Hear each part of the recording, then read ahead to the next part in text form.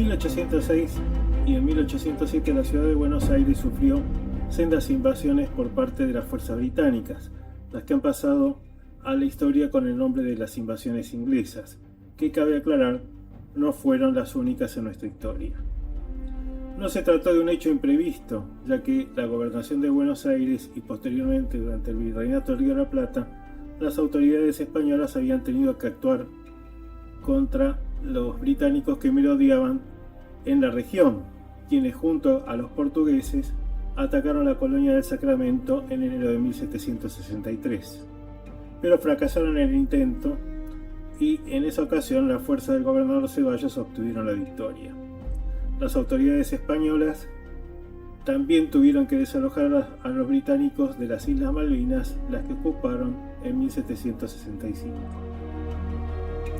Las autoridades españolas de Buenos Aires temían que los británicos desembarcaran en la Patagonia, por entonces desértica, por lo que intentaron avanzar hacia el sur con el propósito de llegar al Río Negro y llevar a cabo estudios para fundar establecimientos en la costa patagónica para defenderla de la política expansionista británica. Como bien narra el historiador Tullio Pelín Dongui, son las dos incursiones llevadas a cabo por las fuerzas británicas en 1806 y 1807 las que introducen bruscamente el Río de la Plata en el conflicto mundial, el conflicto que el Reino Unido mantenía con la Francia imperial y sus aliados. El 21 de octubre de 1805 tuvo lugar la batalla de Trafalgar, en la que la Marina británica se impuso sobre las flotas de Francia y España, ocasionándole a la segunda una pérdida de control de las provincias americanas, además de debilitar su poder comercial y militar. Las comunicaciones entre América y España quedaron de esa manera expuestas al ataque de los británicos y el Reino Unido ya no estaba forzado a mantener sus principales fuerzas en las costas europeas, lo que le permitió aventurarse en otros territorios pertenecientes a los aliados de Napoleón Bonaparte. La Marina Real despachó una flota a África del Sur para apoderarse de la ciudad del Cabo, que pertenecía a los aliados holandeses de Napoleón. Mediante un ardid atrajeron al puerto de esa ciudad a un barco francés cargado de prisioneros de guerra británicos, por lo que sumaron más hombres al contingente militar, habida cuenta de que la operación en el sur de África fue rápida y sencilla. Sin embargo, se vieron afectados por la escasez de víveres, y en función de ello, el comodoro Sir John Popham decidió dirigirse a las costas de América del Sur para abastecerse de harina y de otros víveres. Popham convenció al comandante de las fuerzas terrestres de Ciudad del Cabo de que le facilitara el 71 Regimiento de Infantería, alguno de artillería y dragones desmontados para emprender su aventura americana.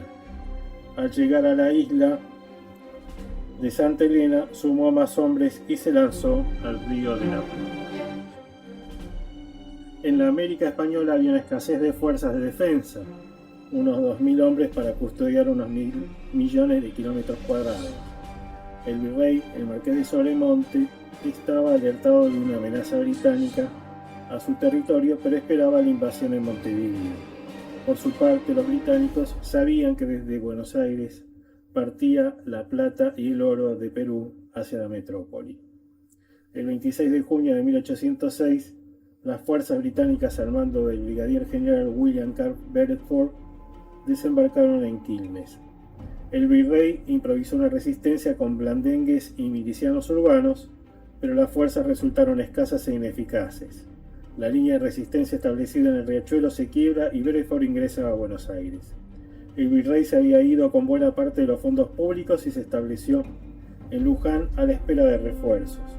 Las corporaciones urbanas prestan rápida adhesión al nuevo orden y le piden al virrey que entregue los fondos públicos a los británicos a los efectos de salvaguardar sus bienes privados, ya que Beresford había amenazado con que les confiscaría sus fortunas.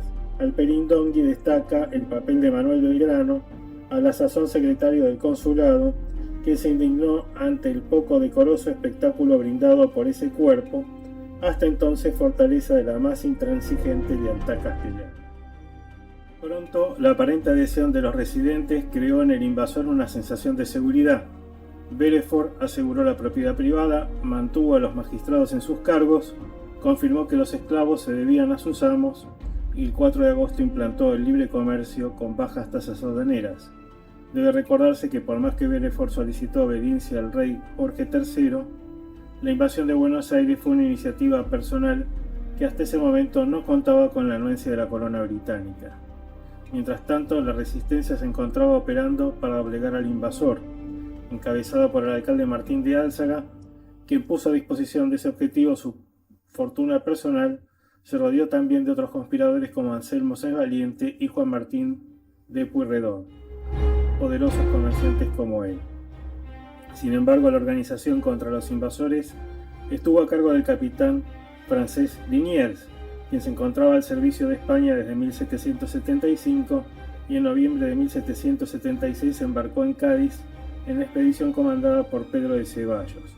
Participó en la toma de la isla portuguesa de Santa Catarina y en la rendición de la colonia del Sacramento el 5 de junio de 1777. En agosto de 1778, Liniers se encontraba nuevamente en Cádiz y entre 1779 y 1782 participó en la guerra contra Inglaterra. En 1788 fue destinado nuevamente al Río de la Plata, al apostadero de Montevideo, a donde arribó en diciembre de ese año. Al momento de la invasión era comandante de puerto en Ensenada y gran conocedor del Río de la Plata por haberlo navegado por unos 20 años. Se trasladó a Colonia y de ahí a Montevideo para organizar la Reconquista. Luego de convencer al gobernador militar español de que le confiara tropas con experiencia que habían sido previamente enviadas a esa ciudad por el virrey, el 3 de agosto se embarcó en Colonia con 550 soldados y 450 milicianos. El 10 de agosto, tras la toma de los corrales de Miserere y del Retiro, las fuerzas de Liniers controlaban los accesos de la ciudad por el oeste y por el norte. Los temporales de invierno mantenían a los buques británicos inmovilizados en el Río de la Plata y las lluvias y el barro anegaban las calles de Buenos Aires, en las cuales se combatía el día 12 contra los invasores, los que también eran atacados desde los techos de las casas con piedras y tizones ardientes, provocándoles bajas considerables.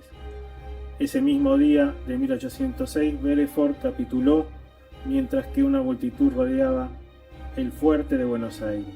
La bandera de España volvió a ser izada en el fuerte.